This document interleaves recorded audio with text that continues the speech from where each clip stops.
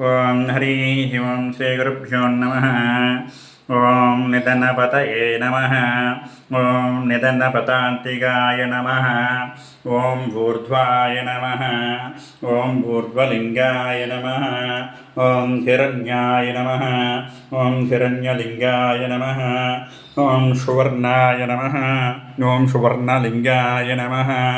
ॐ दिव्याय नमः। ॐ दिव्यलिङ्गाय नमः। ॐ भवाय नमः। ॐ भवलिङ्गाय नमः। ॐ शर्वाय नमः। ॐ शर्वलिङ्गाय नमः। ॐ शिवाय नमः।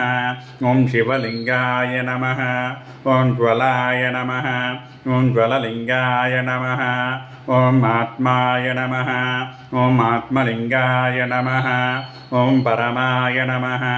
ॐ परमलिङ्गाय नमः। ॐ गणानान्त्वा गणपतिं हवामहे कविं कवीनापमश्रवस्तवं ज्येष्ठराजं ब्रह्मणां ब्रह्मणस्पदान शृण्वन्नोतिभिस्तीरसादरम् ॐ गं गणपतये नमः। तत्पुरुषाय विद्महे महासेनाय धीमहि तन्नो षण्मुखः प्रचोदयात्। ॐ कात्यायनाय विद्महे कन्याकुमारी धीमहि तन्नो दुर्गिः प्रचोदयात्।